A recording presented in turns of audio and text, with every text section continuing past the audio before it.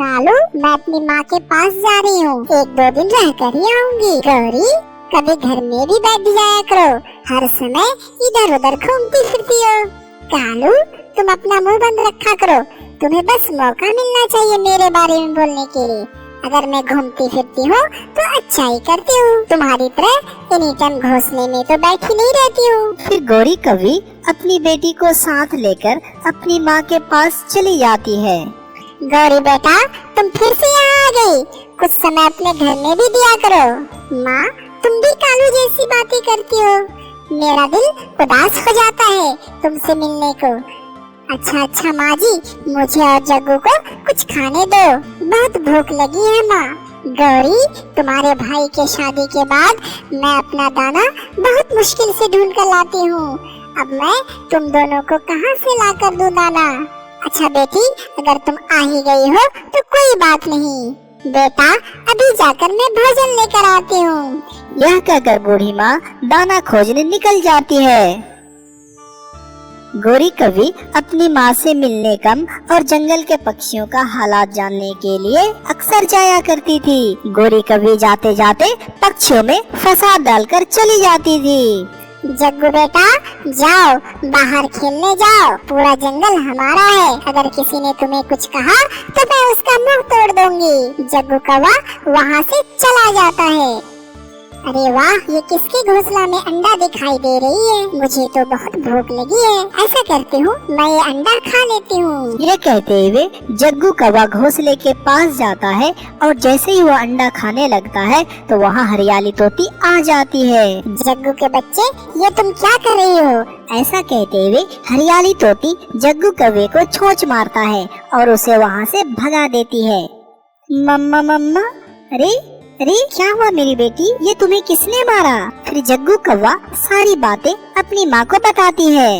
उस मोटी चोंच वाली हरियाली तोती की इतनी हिम्मत कि वो मेरी बेटी को मारा है, अब देखना मैं उसे कैसे सबक सिखाती हूँ। अरे बेटी, तुम इसे क्यों नहीं समझाती हो, ये किसी दिन तुम्हें भी मुश्किल में डाल सकती है। अच्छा माँ, इसे मैं समझा दूंगी। गौरी कवि ऐसे ही अपनी माँ से कहकर वहाँ से निकल जाती है, मगर गौरी कौवा के अंदर तो आग लगी हुई थी। जिस तरह से इसने मेरी बेटी को मारी है, मैं उसका बदला इसके अंडे से ही लूंगी। यह कहकर गौरी कवि हरियाली तोती के पास जाती है।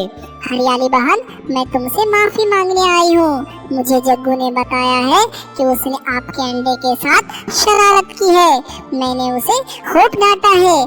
जग्गू अब दोबारा ऐसा नहीं करेगा। यह कहकर गौरी कवि वहाँ से चली जाती है और हरियाली तोती भी हैरान हो जाती है कि अचानक गौरी कवि के अंदर ये तब्दीली कहाँ से आ गई। थोड़ी देर बाद हरियाली तोती अपने लिए भोजन लाने चली जाती है और गौरी कवि जो हरियाली तोती के घोंसले से बाहर जाने की इंतजार कर रही थी कि वह हरियाली तोती के घोंसले से अंडा चुराकर भाग जाती है और फिर जंगल जाकर अंडा फेंक देती है, मगर अंडा नीचे सूखी घास पर पड़ता है, जिसके कारण अंडा टूटने से बच जाता है। दूसरी ओर जब हरियाली तोती अपने घोंसले के पास आती है तो देखती है कि घोंसले में अंडे नहीं है, जिसके बाद हरियाली तोती रोने लगती है। अरे मेरा अंडा किसने लेके भाग गया? जरूर कोई पक्षी चुरा कर लेके भाग गई होगी। हरियाली तोती के रोने की आवाज सुनकर जंगल में सभी पक्षी वहाँ पहुँच जाती है। क्या हुआ हरियाली बहन, तुम ऐसे क्यों रो रही हो? फिर हरियाली तोती सारी बात बताती है। हमारे जंगल में तो इससे पहले कभी ऐसा नहीं हुआ। फिर सभी पक्षी हरियाली तोती को हौसला देती है।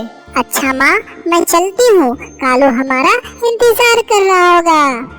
गौरी कवि की माँ बहुत ज्यादा हैरान थी कि आखिर गौरी कवि इतनी जल्दी क्यों जा रही है। फिर गौरी कवि और जग्गू कौवा वापस चली जाती है। कबूतर भैया, सूखा घास कहाँ से मिलेगा? मुझे अपने घोंसले की मरम्मत करनी थी। मुझे चिड़िया, जहाँ गौरी कवि की माँ का जंगल शुरू होता है, तुम्हें वहाँ सूखा घास मिल जाएगा।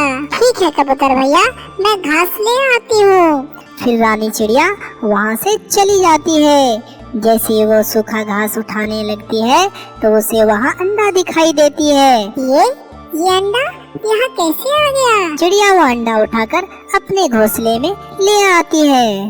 पता नहीं ये किस पक्षी का अंडा है। मुझे तो यह भी नहीं पता कि ये अंडा हमारे जंगल के पक्षियों का है या फिर पास के जंगल के पक्षियों का। मुझे इंतजार करना होगा जब तक कि कोई पक्षी इस अंडे की खोज करने न आए। कुछ दिनों बाद हरियाली तोती अपने अंडे की खोज में निकलती है। वो रानो चिड़िया के घोंसले के पास से गुजरती है। रानो चिड़िया की घोंसले में अंडे देखकर हरियाली तोती बैठ जाती है और कहती है, अरे रानो चिड़िया, मेरा अंडा यहाँ कैसे आ गया? तोती बहन, क्या ये आपका अंडा है? मुझे कल पास के जंगल में सूखी घास के पास मिली थी। हाँ रानो बहन, ये मेरा अंडा है। जिसके बाद रानो चिड़िया हरियाली तोती को अंडा दे देती है। बहुत बहुत शुक्रिया रानो बहन, मेरी अंडा को सुरक्षित रखने के लिए। जिसके बाद हरियाली तोती अपना अंडा लेकर फिर से अपने घोंसले में चली जाती है।